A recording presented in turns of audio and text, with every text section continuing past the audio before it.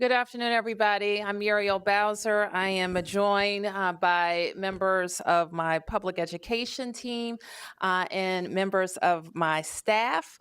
And I have a very special announcement to make, and I want to tell you a little bit about it. And you'll hear from the next Chancellor of DC Public Schools. We'll be able to take questions. And then I also have some responsibilities for all of us at the United States Capitol this afternoon. So I'll be leaving immediately after these remarks. As you know, 6 months ago, we kicked off the search process for the DCPS Chancellor. We conducted the search with the help of our school's DC Leadership Committee, which was led by Dr. Charlene Drew Jarvis and Dr. Sylvia Burwell, and 15 of their neighbors, students, parents, and teachers from all across the District of Columbia. We held forums across the city, focus groups with parents, students, and educators, and we solicited feedback online.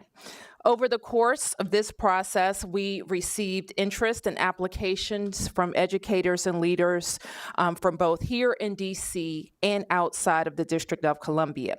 As you know, we narrowed down that process to 2 finalists who the committee had a chance to engage with as well.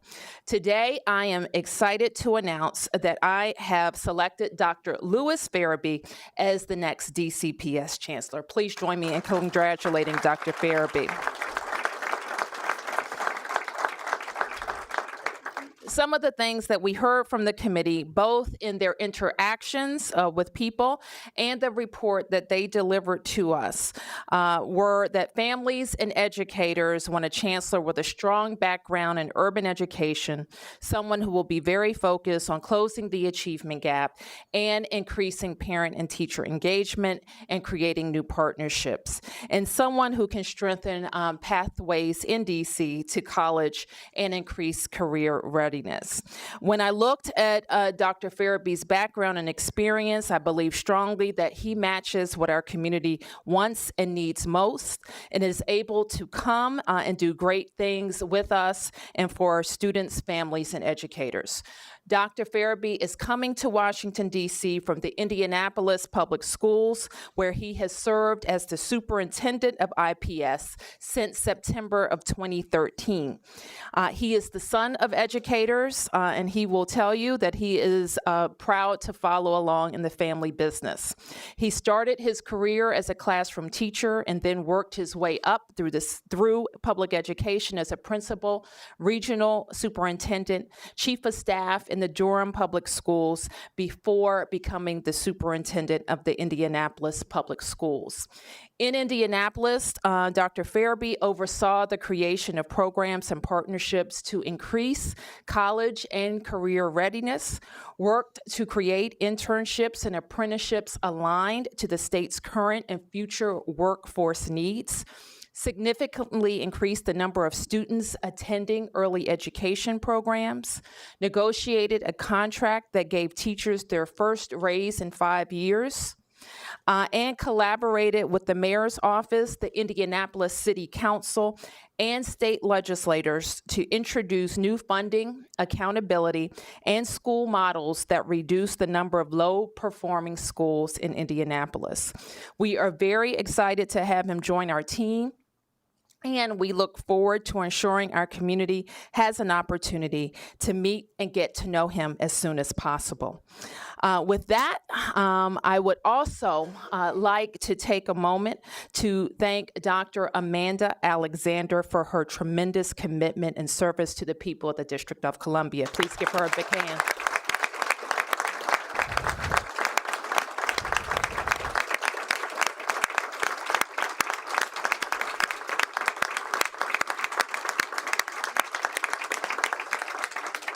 Dr. Alexander stepped up to the plate at a very difficult moment for DC Public Schools.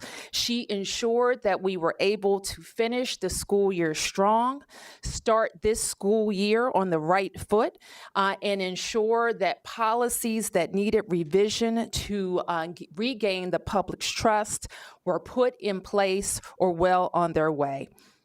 So I, again, appreciate your commitment to us, Dr. Alexander. And now let's hear from Dr. Ferebee to say a few words, and then I'll take your questions. Thank you, Mayor. Good afternoon. Good afternoon. It is good to be here in Washington, D.C. to introduce myself to you. I am excited about the opportunity of joining a phenomenal team of educators that have produced tremendous outcomes for the students here in the district.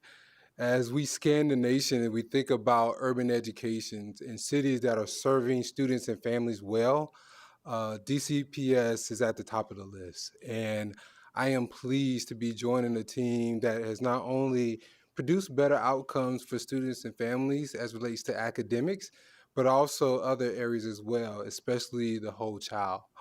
And as I think about the opportunity here, this is also exciting for me to collaborate with a community that's been extremely supportive of the public schools here, and understand that this is our opportunity to continue in progress, but also support the vitality of the city.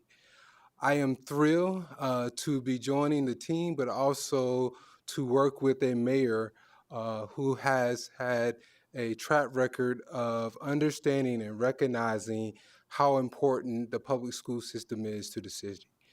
This is clear and evident through her investments in education, the focus on education here, and I look forward to collaborating with the community and the mayor to ensure that we're positioned well for the next phase of excellence in DCPS.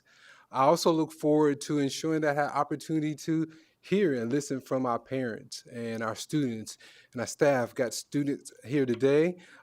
Good to see Tatiana, who was on the committee, and I look forward to engaging all of the students in DCPS in the future. I am very confident that I am well prepared to lead DCPS. After serving as 5 years as superintendent in Indianapolis Public Schools and addressing our high schools and redesigning that experience at that critical phase as students transition to college and career, or addressing our chronically low-performing schools, or producing positive outcomes in a city that is evolving and changing. And so again, it's my pleasure to be here today. I look forward to collaborating with the community to ensure that at every community, at every level, we have a high-quality school to ensure that we're preparing our students for the next phase of success in their life. I thank you. Thank you.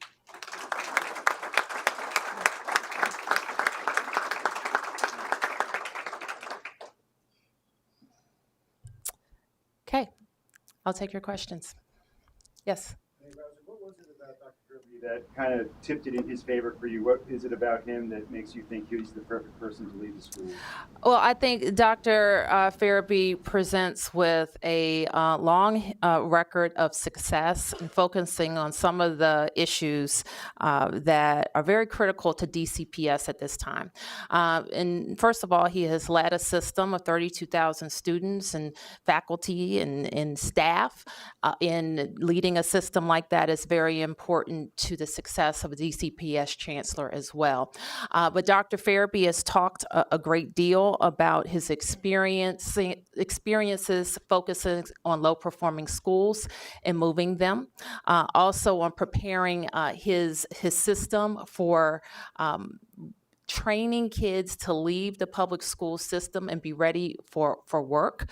And also his focus on high schools and high school redesign. And all of those have been will be very important to the work we have ahead in DCPS. Yes, sir. Regarding Dr. Ferebee's move regarding innovation schools in Indianapolis and charter schools, what factor did that play in your decision regarding Dr. Ferebee's position on charter schools? Well, Dr. Ferebee is being hired to lead DC Public Schools.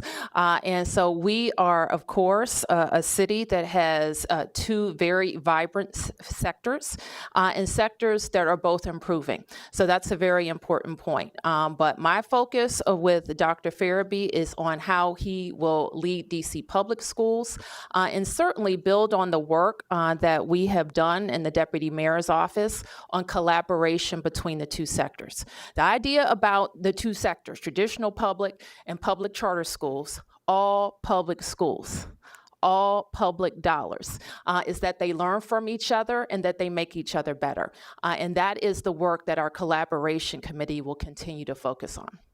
Yes, Ms. Brazil. Can you walk us through some of the basics? What will his salary be? When will he first report for work? And the other thing is, what latitude have you given him in terms of hiring his staff? And I note that in the 9 months that Ms. Alexander has been the interim chancellor, she has made several very high-level appointments over at DCPS. Has Mr. Ferebee been given the mandate to hire his own staff, or what exactly has been your commitment to him as regards senior staff at DCPS? Sure. Mr. Ferebee will earn $280,000 a year in salary. He will start January 31st, and he's the Chancellor of DC Public Schools with all the personnel authority that goes with it. Yes. Mayor Bowser, there are going to be some people in the community who are going to say that you bypassed a local person, and again, you've gone and selected somebody from somewhere else. To those people who say that, what would you say to them? What I would say is I was presented with a very tough decision. Obviously, we had wonderful candidates who applied, who presented with outstanding credentials. I have already described what I think are several key issues that Dr. Ferebee is best matched to address and address immediately. And that's why he's our choice. Yes, Tom. Mayor, how long is the contract for? 2 years. 2 years. And are there any bonus measures in there or penalties if you were to leave early?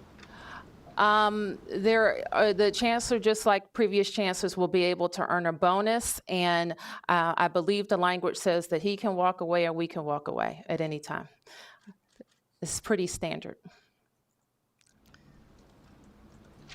Yes. Can you ask Mr. Ferebee to answer a few questions? Sure. Will he be coming here to DC with a family? If so, does he have any children that are school age? And if so, will they be going to a traditional public school, a charter school, or to a private school? Okay, Dr. Ferebee.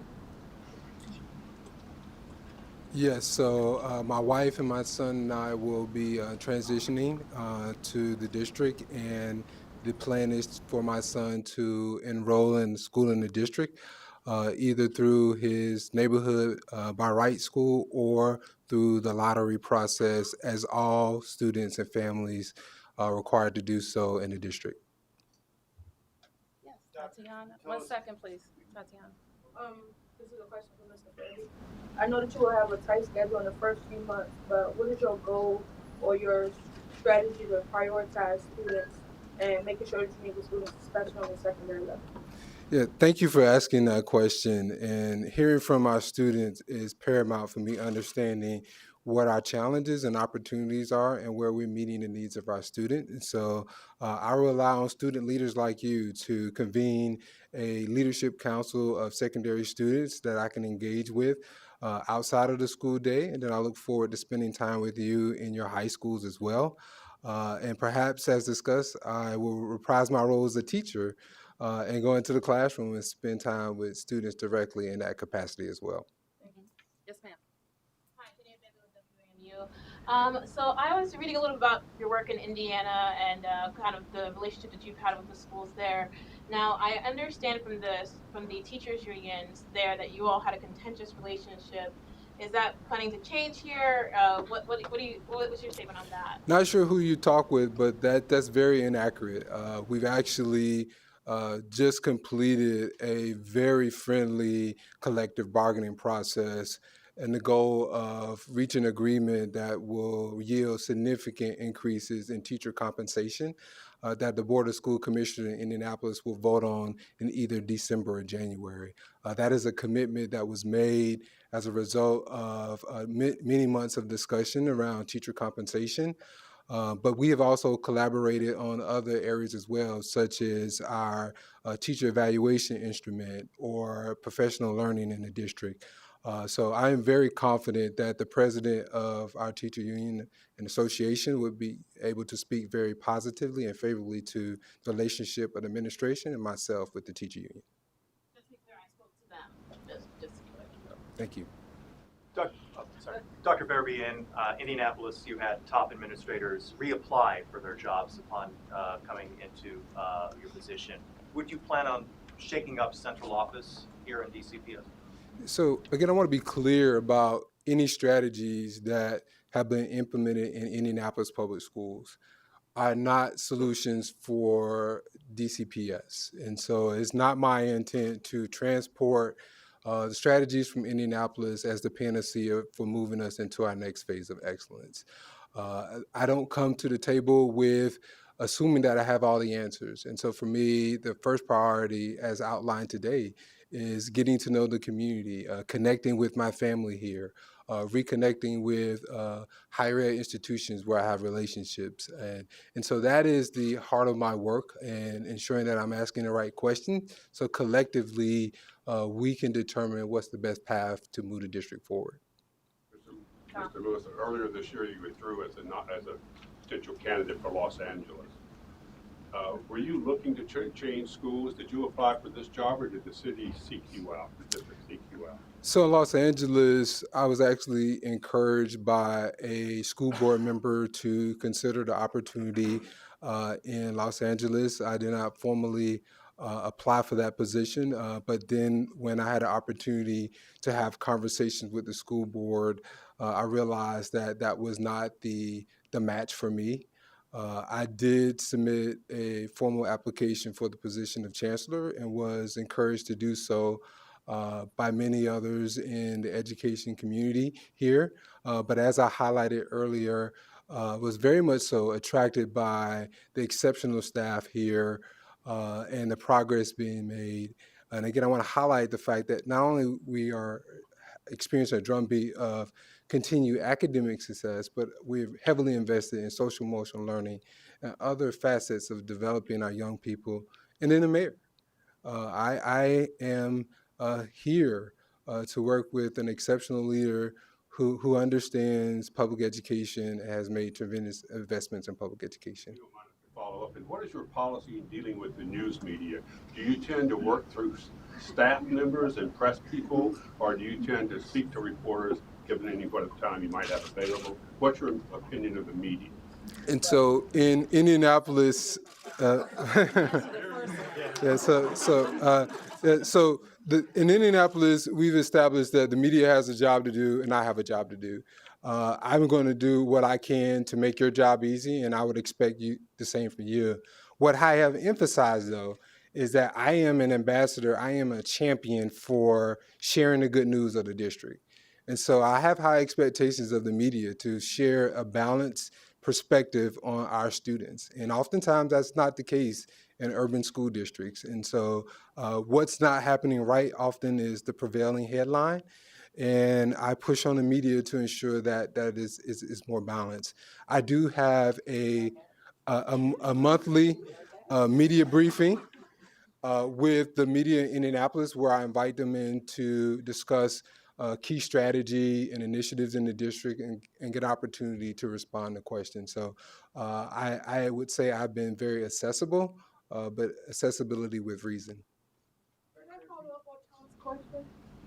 Mr. Ferebee, I know that you're new to DC, but even if you read the report that the task force came out, the one thing that comes through very loud and clear is that parents and the public and even the press is demanding transparency from DCPS, and that transparency has been sorely lacking over the past few years. And indeed, many people would say that DCPS has had a culture of deception and false information. Are you committed to transparency in DCPS? Transparency is critical for community trust. And in Indianapolis, for example, we had tremendous questions around our finances. And we made a commitment to transparency around how our schools are funded and the resources we receive and how they're allocated. I would argue that Indianapolis Public Schools is one of the most transparent school districts in the nation as relates to our finances as a result.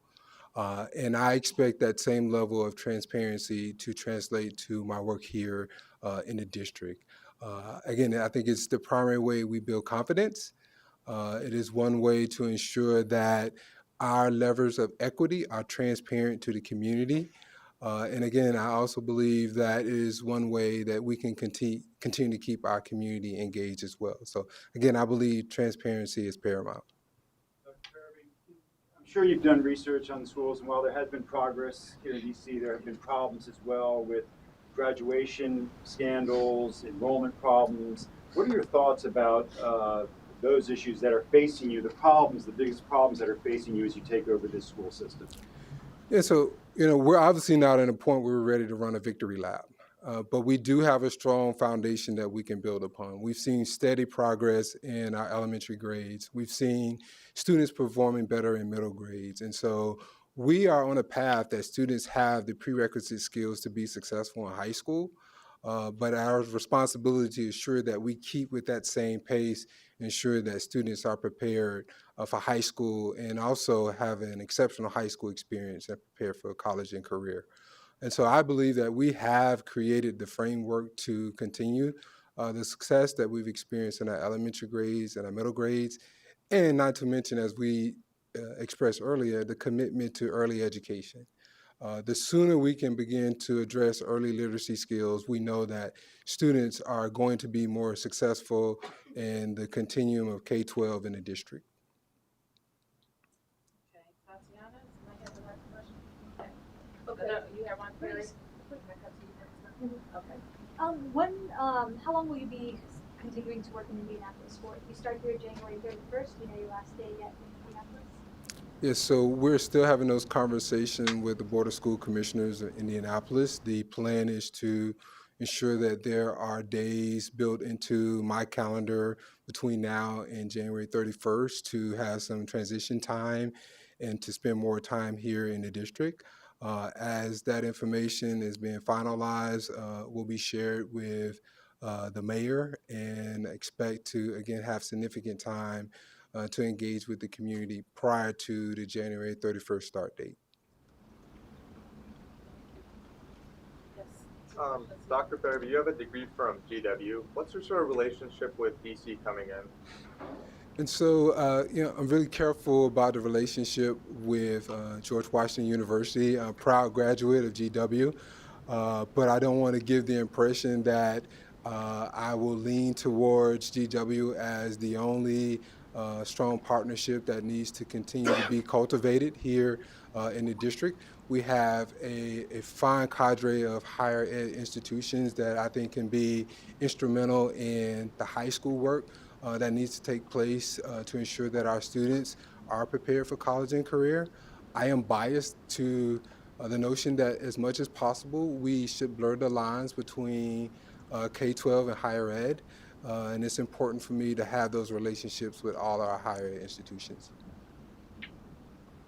Mayor Bowser, could we ask you for a comment on the passing of former President Bush? I know that's where you're headed when you leave this meeting. Just your thoughts on his passing as you head to the Capitol. Sure. We join the nation in mourning the passing of our 41st president. I have to say, we should all be so lucky to live 94 years and be married and happy for over 70 years. Get to see our children live their dreams in a country that we adore. So I think he was a blessed man. He lived a good life. And I join the nation in mourning his death. Do you have the flags at that staff? I do. Thank you. You had the last question, young lady. Mr. Ferebee. In the district, it has been shown that consistency is key in order to build trust in the community. So how do you plan to use the previous strategies that were created by this administration and the administration before to continue to build trust with the community and to become you in the office? Yeah, I think great question. And I think it's important for students and families that you're asking that question, because I know when there is a transition, there's always this question is what's going to change. And I want to be clear, as I stated earlier, that, I am not one of those leaders that believes that I have all the answers. And it's not my intent to start to rearrange the furniture. And so I will spend time with you, with other students, your parents, and our families, to learn more about what's working and how we can build upon that to ensure that we're making even more progress and covering ground. So don't anticipate significant changes to what's happening in the district. Anticipate me listening and learning. And as the people around you, and I'm talking to you specifically as a student, as the people around you, or the adults around you talk about what's happened in Indianapolis, please understand that what happened in Indianapolis was for Indianapolis. What will happen in DCPS will be for DCPS and for the students like you in the district. Thank you. So let me thank all the members of our school's DC Leadership Committee. Dr. Jarvis, who was one of the co-chairs, has joined us, and let's thank Charlene for her commitment to the district. And I see several members of the committee on the front row. Please give them our appreciation as well. I too want to thank Deputy Mayor Paul Kine, as well as other members of our public school cluster, our superintendent, Hansul Kang, who's here. Thank you, Hansul. Rich Reyes-Gavlin, who is the director of our public libraries. Thank you, Rich. And Scott Pearson, who is the executive director of our public charter school board. Thank you so much for being here. So with that, thank you all. Thank you.